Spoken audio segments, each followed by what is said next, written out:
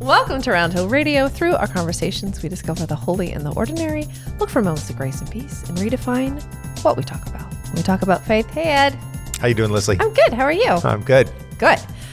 It is week 20, but in our world, it is almost Palm Sunday. Yes, it is. Which I approach every year going, are we celebrating? Are we leading into Lent? We're leading into Holy Week. Like, I always get I get myself tying into knots as a musician going, what are we doing? That's a good question. Yeah. So there's question one for your podcast. Okay. But we have to read our reading from our 52 for the Journey booklet. New International Version. New International Version. Yes. And it is Luke 19, 28 through 40. Here we go. After Jesus had said this, he went on ahead, going up to Jerusalem.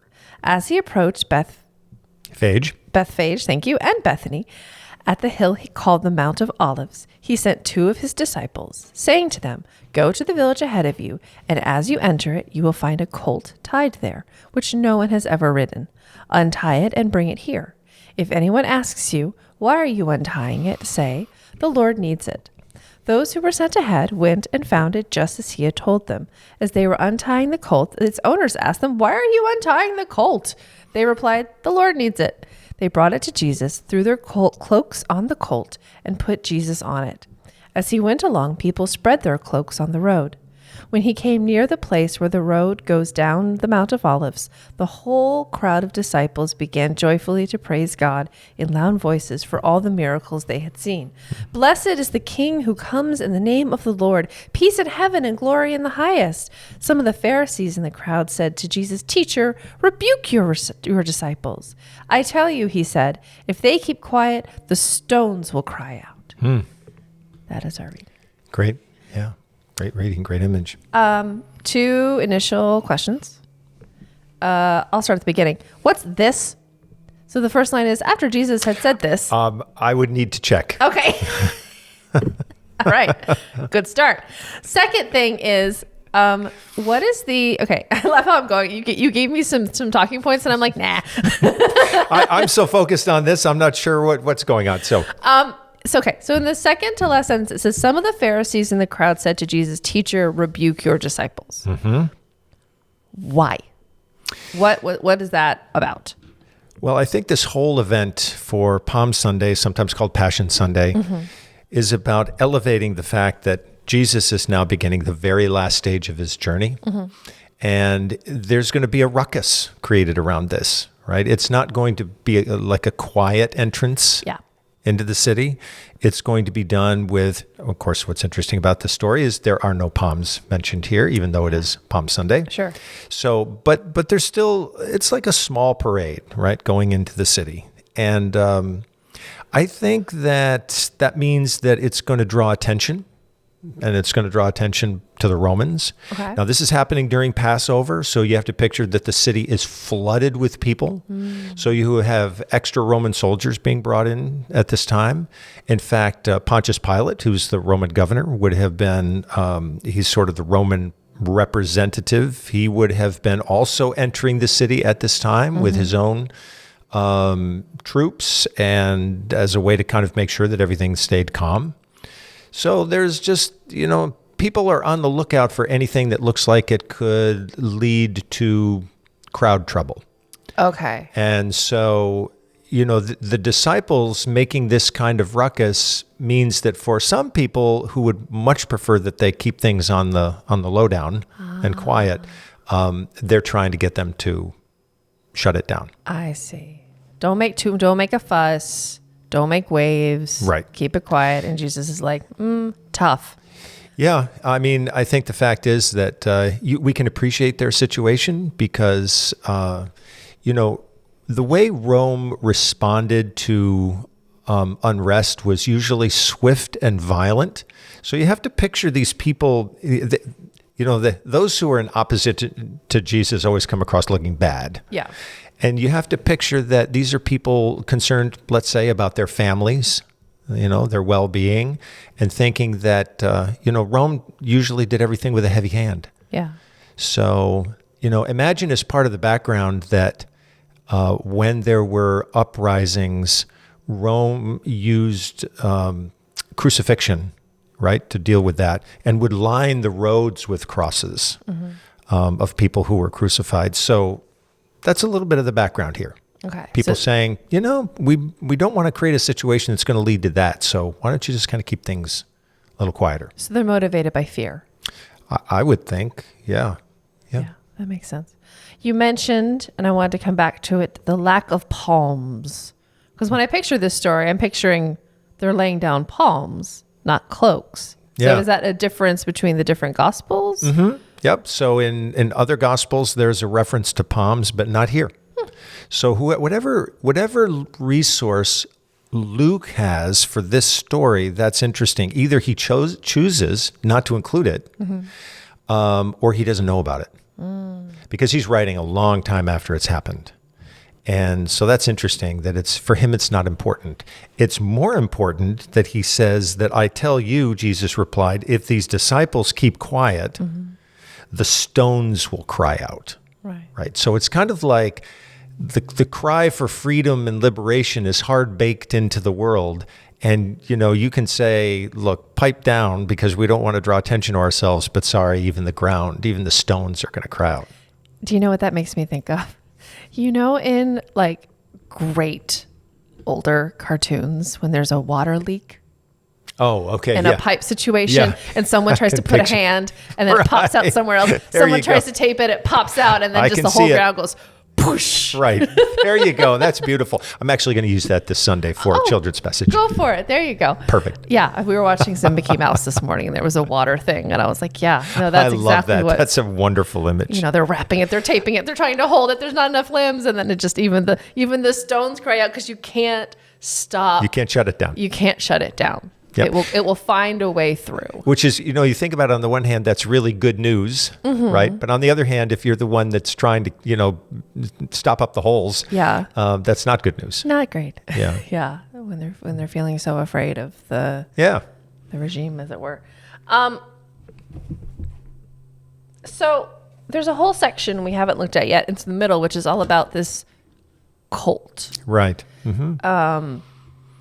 To me, it's interesting in a couple of ways, because it feels like maybe not the most important thing to include, but it also is very much part of this sort of image. And it also seems like Jesus he's got this, like, it seems like he's got it all like figured out in his head. He's got like a plan. Because I think we've been seeing a lot of stories recently where Jesus is like reacting to people, and people are coming to him, and his teaching moments sort of happen as he's interacting, and this feels intentional and planned. So what do you think is the significance of that? Well, this colt, the background to the colt is from a prophecy that would have been, the prophecy's old. It's several hundred years old. It's a time when one of the ancient prophets, Zechariah, had imagined a king coming into Jerusalem humble and riding on a donkey. So this is not a king who's riding in on a war horse. That's Pontius Pilate. This is not a king who's using the machinery of war and violence and domination. That's Rome. This is Jesus. And so that old prophecy was about, just imagine if we had a humble king. Just imagine if we had a king who really cared about people, right? And the common good. Well, Jesus takes a look at that job description and thinks, that's me. That's how I want to go into Jerusalem. So as soon as he activates this, he's activating a memory that's very old, that people would have recognized and thought, okay, he's using a distinctive mode of transportation to communicate a message. So in that sense, as you pointed out quite rightly, this is unlike the way Jesus is normally improvisational. In this case, he's not reacting, he's setting it all up. And you get the sense that when this is true not only for the way he enters Jerusalem, but when the disciples get into Jerusalem, he's gotten everything ready for the Passover supper. They're going to eat together. The place has been arranged. Maybe the food has been arranged. All of it. He's mapping it out, which is interesting because clearly there are a lot of things that are not going to be under his control during the last week of his life. Yet, where he can exercise control, he does. I think that's an interesting message for us, because a lot of times we can be frustrated. We can say, everything feels like it's out of control. Sure. But there are always some things within our control. What are they? And what's the message that we want to send through that?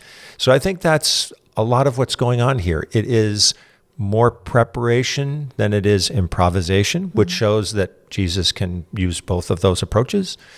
And he's using an old story, kind of giving it a new meaning. So I think that's interesting to see how he does that. Yeah, I love that. I'm thinking about how Jesus in the last week, from the stories I remember, he very much controls what he does. Right? The chaos is around him, but he in his actions, in his words, in his moments is very much in control. Yeah. And I think that's really interesting. One part that I like about this, when he's giving directions to the disciples, two of them, he says, go to the village ahead of you, and as you enter it, you'll find a colt tied there, which no one has ever ridden. So it's almost a way of saying, nobody's ever tried this. Like, this is an old dream, but nobody's really lived it. Yeah. I'm going to live it. Yeah. Then he says, untie it and bring it here. If anyone asks you, why are you untying it? Say, the Lord needs it.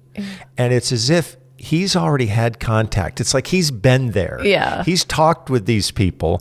By the way, I'm the Lord, right? Yeah. Here's how it's going to work. Yeah. So when they go, it's like, just tell them so-and-so sent you. Yeah, right. It has this feeling to it, which is really interesting. It's like a completely different side of Jesus. Yeah. And sure enough, when they do go, the owners ask them, why are you untying the colt? Right. The Lord needs it. Right. Okay. Got it. Okay. Put on his tab. Exactly. I just love this sort of, it's a real personal detail. And there's a lot of those moments all through, I think, the stories of Jesus. It would be fun to tease them out because you could write sort of a little story or reflection about each one of them. Cool.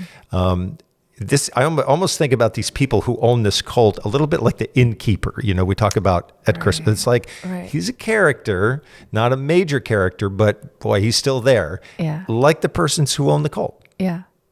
You had mentioned on Sunday that you wanted to almost write a book about the unnamed characters of the Bible. Oh, I want to do that so badly. You should definitely do that so badly. I love that so much. I think that's such an interesting perspective, because I think, there's a lot of talk in popular culture about main character energy. Have you heard about this? Oh, interesting. It's about sort of stepping in to, which is I think what Jesus is doing in this moment, stepping into the main character of your life, right? That in the movie of your life, you are your own main character, and there's a certain energy there, right? There's a certain in my mind, it's like a quirky rom-com, right? So it's like she's got a certain energy. There's a confidence, right? There's the focus, so there's that idea that we're all the main characters and sort of stepping into that, and then owning of who you are and owning of your place, and then how you interact with the people. So I feel like Jesus is doing that in this story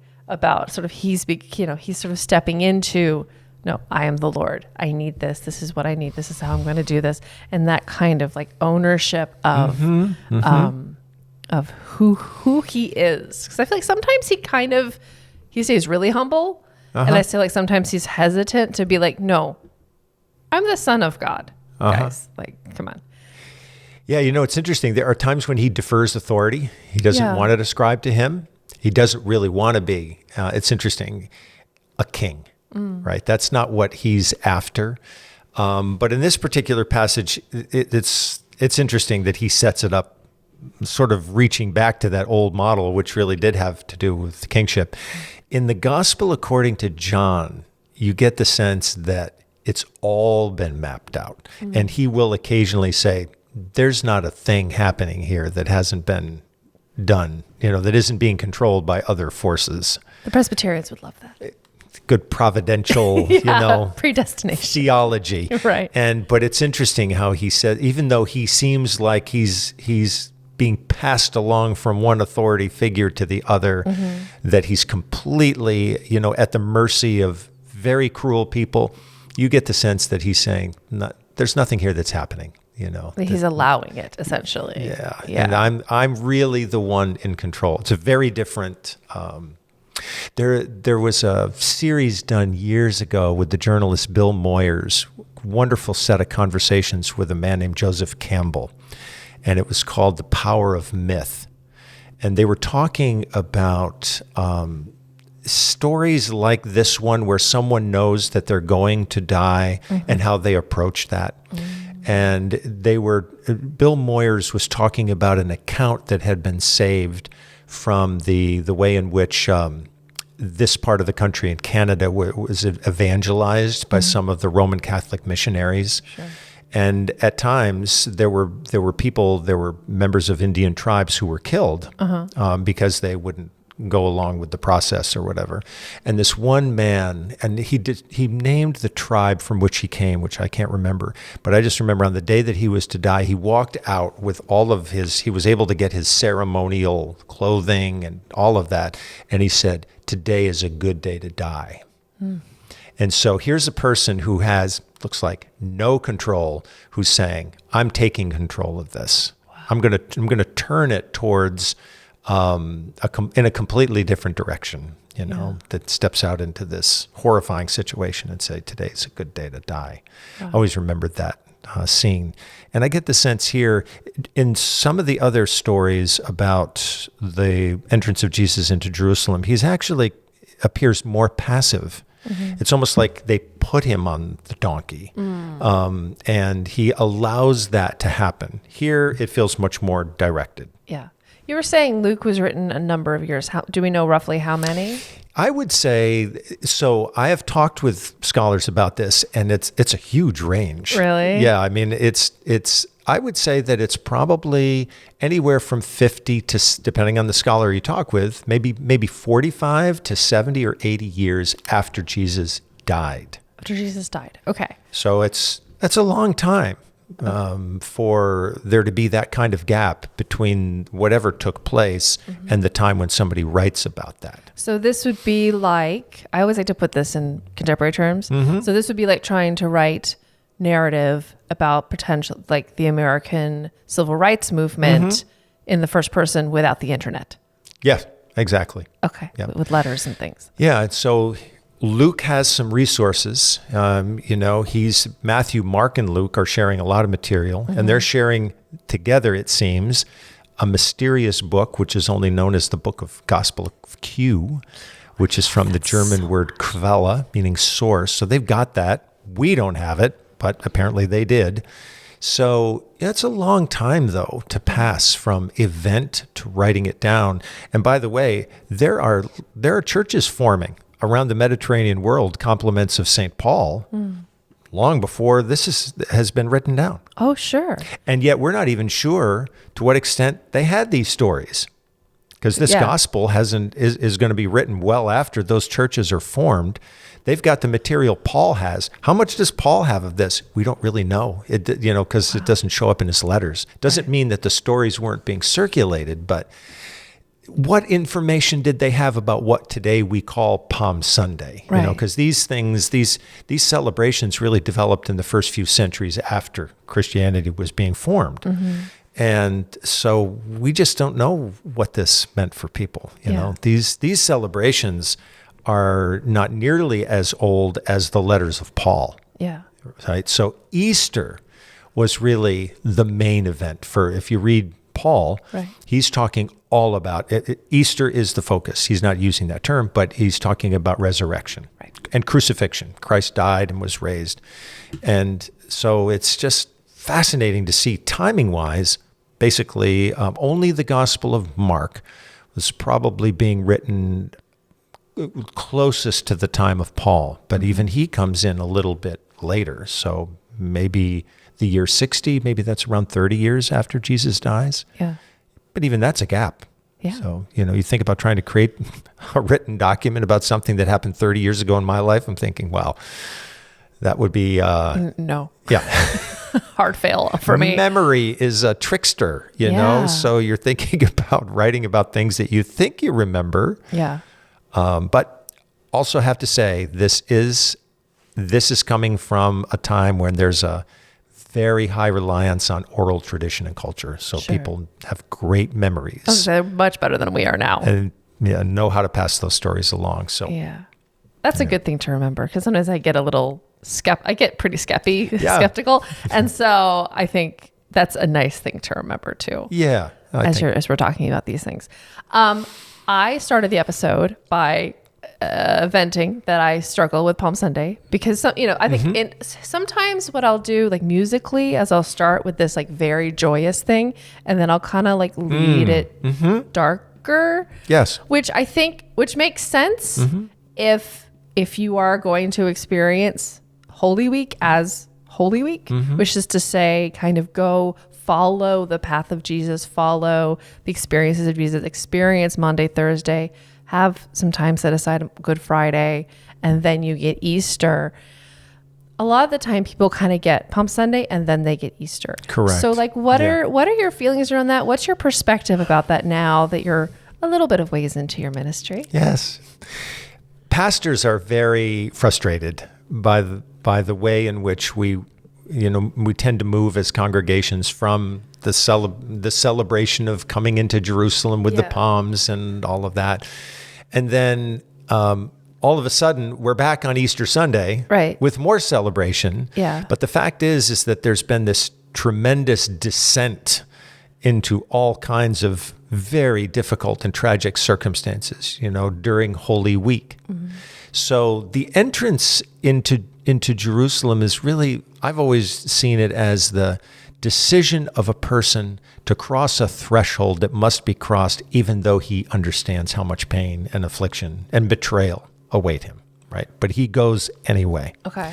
So there's tremendous courage and conviction and vulnerability and all of that. And it's a deeply human portrait of Jesus at this time. Okay. So I think that the hope is, of course, that during Holy Week, that people are somehow participating, at least maybe by reading the stories, or if not, or if in addition to that, by participating in a Maundy, Thursday service or a Good Friday service, where you get a sense of where has this man's journey actually taken him after all of the hullabaloo of Palm Sunday. Yeah. Right. And there's also this feeling like some of the people who were cheering him on as he was going into Jerusalem may have been part of the crowd that was yelling, "Crucify him," a few days later. We don't know that, but there is that feeling that people's, their affection for him changed rather rapidly. A little fickle. Yes. So it's a frustration. Sure. Not to be able to really get the whole of that story. And so I think those are, I had a time in my life where every Good Friday for many, many years, I participated in a 3-hour walk through a city, which stopped at about 7 different churches. And in each church, we heard a portion of the Good Friday experience. And that really used to ground me. Beautiful. Right. And that and I would sometimes remember, gosh, Palm Sunday, we were just waving palms. It was a great experience, like life, right? We were having a great experience, and then this happened. And I think that you had mentioned the civil rights movement earlier. It's almost like, imagine a time when civil rights workers gathered in churches for energy, for encouragement, for planning. Here's what we're going to do next. Then they go out onto the street. They're beaten, they're maligned, they're criticized. Well, there's your journey from Palm Sunday into Holy Week. Yeah. And, the Easter experience sometimes would be that the demonstrating and the solidarity, it worked. Change happened, but usually over a long period of time. But it's one way to look at this experience of Palm Sunday, Holy Week, Easter, that there's a pattern there. Right. We might enter with great confidence, then we'll slowly get into all the realities of change and the pushback and the resistance to it. But then in the end, there is this message that the force of God comes through. And so I think that's part of what's happening here. We're getting through this reading, we're just getting the very beginning of that journey. Yeah, I really like that parallel you drew. For our local friends, you have taken a really wonderful, fascinating, moving perspective on Maundy Thursday that we're going to be doing here at 6 o'clock in the parlor. You want to tell the people what your thoughts are behind it? Because we do have some local listeners in addition to international listeners. So. So it's an opportunity to gather together. It's a time when we remember the last meal that Jesus shared with his disciples. We talk about the significance of that meal and what was Jesus trying to communicate at that time. If you have one last chance to share a message with your closest friends, what are you going to say? Which is quite a thing to think about at any stage of our lives. Mm-hmm. And so it's an opportunity to explore that, and I think to share a meal together, as we will be doing, a very simple meal. And that's going to give us a chance to deepen our experience of Holy Week, which I think will make a difference in the way that we celebrate Easter. At least I think it has for me in the past. Absolutely. Yeah.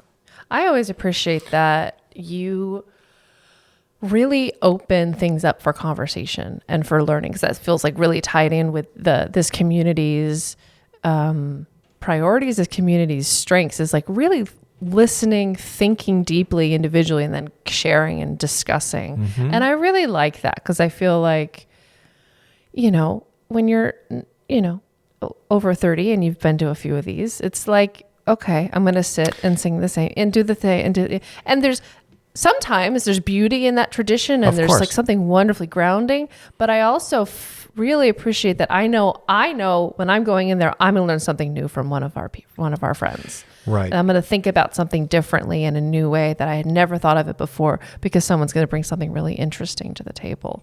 Yeah. So I'm really looking forward to it. We'll create the space where people can ask questions, wonder about it.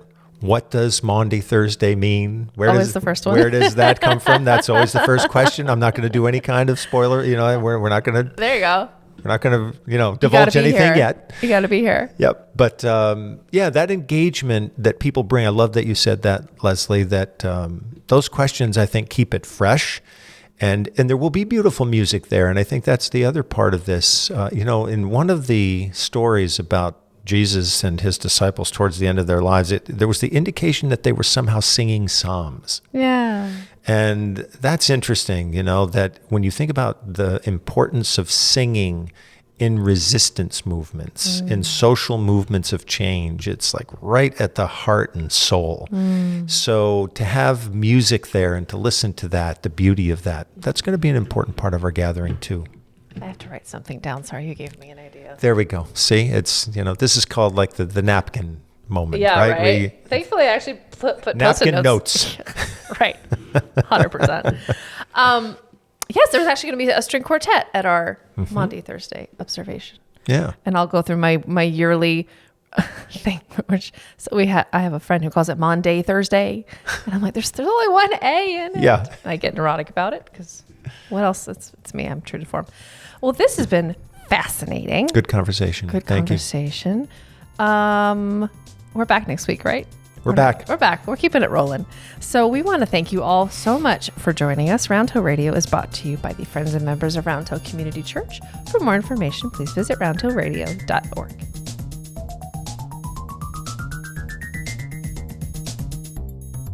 If you enjoyed this podcast, there are a few things that you can do that would make a big difference to us. Like the video, subscribe if you aren't, and click the notification bell and select all. Thank you.